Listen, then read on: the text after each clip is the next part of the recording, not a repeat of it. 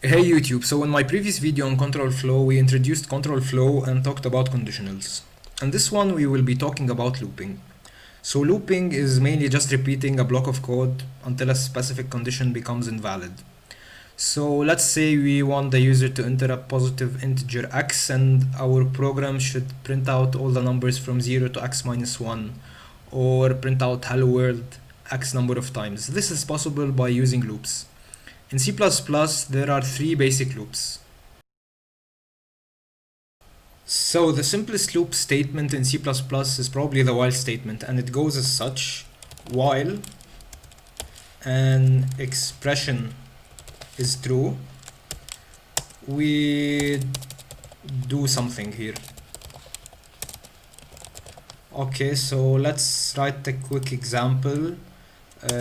I'll just print out numbers from an int I up to 9. So let's create an int I, initialize that to 0, and while I is less than 10, I'll print out I. Let's just add a space here, and don't forget to increment I, and let's add a \n here just for formatting, and let's run our program, and you can see here it prints out from 0, so from my I up to 10. Let's say we have I equal 5, so now it will start from 5 and print up to 9. If we have, for example, 15, you can see it prints out nothing because it goes here to check the condition first, and then the condition is false, so it doesn't go through the loop and it continues directly here. So if the expression was false directly before the loop, so you see I is 15 here and it's less and it's greater than 10, so this condition is false before the loop, we won't enter the loop. And sometimes this is not what we want. We would like to execute our loop at least once.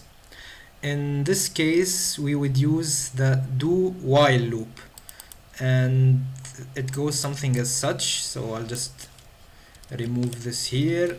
Do the expressions while the condition is true. So what it does, it enters the loop once, does what it has to do, and after that it just checks for the condition, and if the condition is false it exits, if the condition is true it enters the loop again. So let's run it, and you can see here it actually print out 15 once. So let's revert that back to 0, and you can see the output in this case is similar to the previous output. The third loop, and probably the most used one, is the for loop, and it goes something like this. So for, we have three expressions here. Okay, so the first one here is some kind of initialization and init expression. Then we have our condition for the loop, and then there's an end expression which is executed at the end of each loop. And let's put that a bit into context and write the same program as before. So for int I equals 0, I is less than 10, and at the end of each loop I will increment my I, and I'll just print out my I, and then for formatting reasons I'll just add a \n at the end. And if I run my program, you can see here that it executes the same thing. This is actually similar to writing something like this.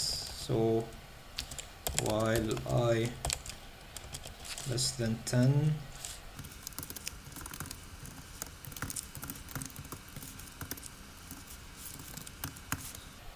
This is quite similar. So if I just let me add this here and one at the end. Let's run, and you can see here they're exactly the same. Please note the curly braces before the init here. So mainly the curly braces here define the scope of everything defined inside here. So the scope mainly we will cover it in a different lesson, but mainly it's the lifetime of variables. So I only exists here inside these curly braces, so it can be printed here, whereas outside it can't be printed. So you can see here that it gives me undeclared identifier I, and if I try to run my program, you can see here that I was not declared in this scope. Anyways, just know that everything defined here can't be used outside of the for loop. One thing you can do with loops is actually nest loops. So you can have one loop inside another loop. So you would write, for example, while expression 1 is true, while expression 2 is true. You can do stuff. You can even do 3 or 4 as much as you want. It's not really good to have too much loops inside each other, but it's quite useful sometimes. So let's write a quick example. So I'm just gonna print out a huge X on the screen. So I'll start for int I equals 0, I less than 10, plus I, and another loop inside that. So I less than j in this case here, plus j, and here for example I'll just write if I equal j, or I plus j equal 9. I think that should work. std cout set x, and then else pc out. Just fix this up this quickly here, and at the end of this for loop I should print a new line just for styling reasons. And let's run the program, and you can see here that we have printed out a big X on the screen. So here we have the program that we previously developed, the one that prints from 0 to 9. So let's print it out, and you can see the output is as we expected. Let's say for some reason we forgot to increment I, so in this case I will remain 0 forever, and this condition will remain true also forever. So if we run our program, you can see that we're stuck in what's called an infinite loop. So let's press Ctrl+C to terminate this loop. And once you're in an infinite loop, you can, if you're not actually expecting it, then you can know that there's a problem here with the expression of the loop, that it's always being true. So you have to check this condition here, or you have to check your variable, how you're working on it. However, sometimes you actually might want to do an infinite loop, so writing like while true. But in this case you would have some kind of exit statement or a break statement or a jump to statement, for example, to handle that infinite loop. So let's say, for example, if I is equal to 10, then just break.